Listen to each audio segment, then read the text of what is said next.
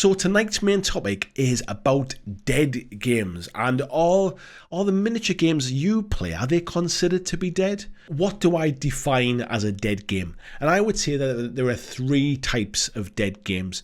There are games that are sort of traditionally dead.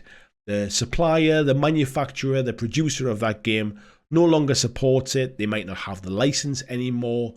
The game does not get any new releases. There's no plans to update the rules or balance the armies anymore.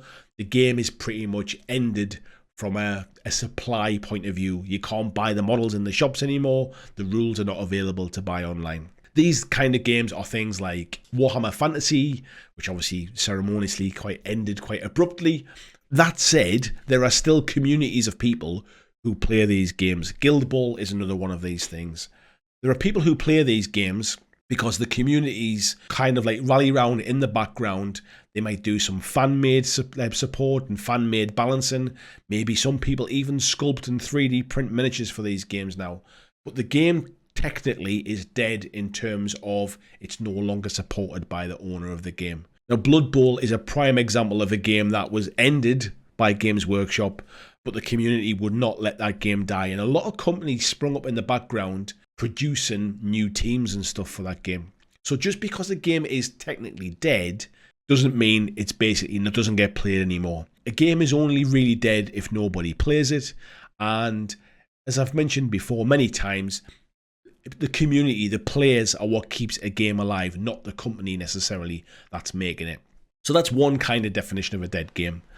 The next one is what I would call like a zombie game. And these are games that are technically, the company still makes miniatures for them. They still sell they still make miniatures for the game. They still sell miniatures for the game. They still sell the rules, but there's been no development. There's been nothing new for quite some time. So Dread Ball by Mantic Games, I think, is a prime example of something like this. They have, I think, something like 20 different teams for Dread Ball. You can still buy the starter sets. You can still buy the teams online. They get restocked from time to time, but there's no plans for anything new to come along, kind of thing. If you buy into that game now, everything is available for that game. So when I call them a zombie game, it's like they're kind of dead. Like, you know, like they're not getting any more love from the supplier. However, they're kind of like the Walking Dead. They're still alive in terms of they're available to buy stuff for them. And the third game, or the third type of dead game, is the game that isn't actually really dead. It's the perceived dead game. And if you notice on the thumbnail for the live stream, I put 3 games up there. One of them was War Machine, one of them was Wild West Exodus, and the other one was God Tier. And I would consider these 3 games in that kind of overarching, almost perceived to be dead kind of things. And I don't really think they're dead. Like, these games are still supported by the manufacturer. They still release new miniatures from time to time. It might not be very often. They might not talk about the games very often. It might be once every few months or something like that. However, they technically are still kind of alive and thriving games. But depending upon what your exposure to these games are, be that on social media or in a gaming store or events or what you see people painting on Instagram or something like that, what your exposure to these games are can lead you to believe that these games are dead and gone. And the reason this topic came about was I was having this conversation in the God Tier Discord group with a group of folks in there, and people were getting a little bit worried about God Tier and about the future for God Tier. And Steamforged Games, obviously, they're heavily invested in lots of Kickstarters. We've just had the big Elden Ring Kickstarter. They've obviously got things like Dark Souls and Resident Evil and all of the other things that they've done. Bard's Song, their Epic Encounters D&D packs. And God Tier seems to have kind of faded into the background a little bit. They release a new champion roughly once every 3 months. Like 4 times a year. Randomly, actually, before the stream started tonight, they've teased new champions this week, but they generally don't really talk about the game that much. They don't really push the competitive play aspect. Like, you don't really see a lot of people playing the game online. You don't really see a lot of events for it. And the real passionate community of God Tier players in that Discord group were kind of in this, like, sort of having this weird conversation about, Have we seen everything that we're going to see kind of thing? Are they getting ready to wind the game up? Because we could really do with like a bit more of a push to get more new players. And I think this is one of those things, as I was saying, about the perceived dead game. Wild West Exodus I just touched on there as well. I don't think there's been a new miniature out in about 6 months for that game, but it is still one of the mainstays of War Cradle's portfolio. They've been massively focusing on dystopian wars, and Wild West Exodus seems to have taken a bit of a backseat recently, but it is still there. There was a new starter set not that long ago, although I'm trying to think back now, it might have been about over a year ago now, but it's still supported. You just don't hear them talking about it so much. And War Machine Mark IV, new rule set coming out now. They're bringing out lots of new models, all this 3D printed stuff. But it really feels like the last roll of the dice by Privateer Press, and there's some real mixed opinions about it online. Privateer Press have been kind of taking down any negative comments from their Facebook groups. They don't want anybody sort of talking anything bad about it, which always kind of sets alarm bells ringing for me. But those are 3 games where there's a perceived kind of, is the game like dead, or is it dying? Is it on its last legs? Is it on life support kind of thing? And there are many games out there. If you ignore 40k, if you ignore AOS for example, everything else feels like it's very specific to the area you're in, what games are popular.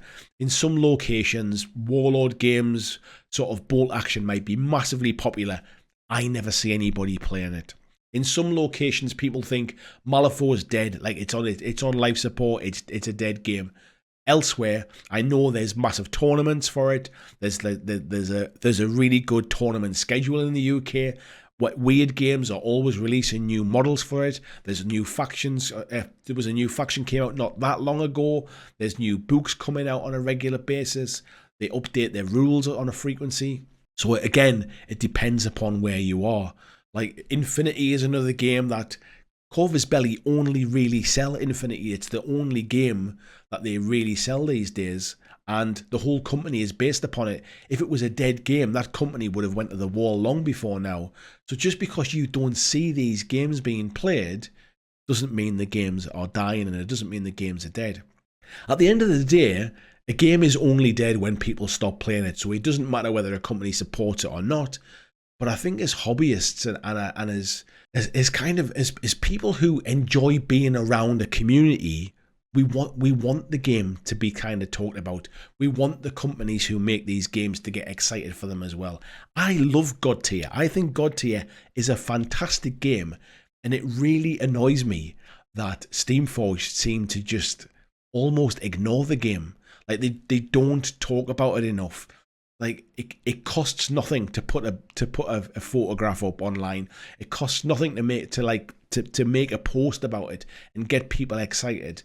Where's the support for local events?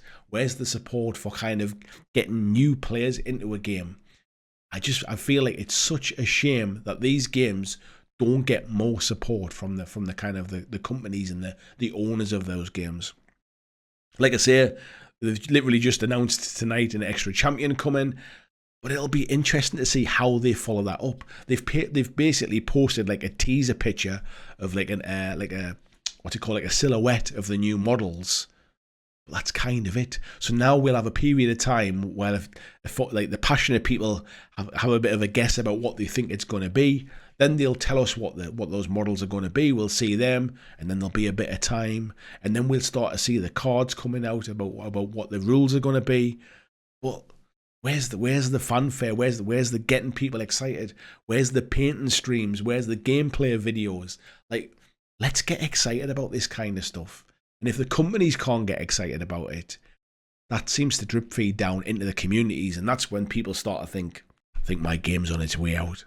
I'd love to know what you think. Are there any games that you kind of play now that you really think like the company could really do with a bit of a rocket up its backside and start to like shout about this game? People are starting to think that it's dead and buried, where, you know, like we've got a really kind of great local community for it.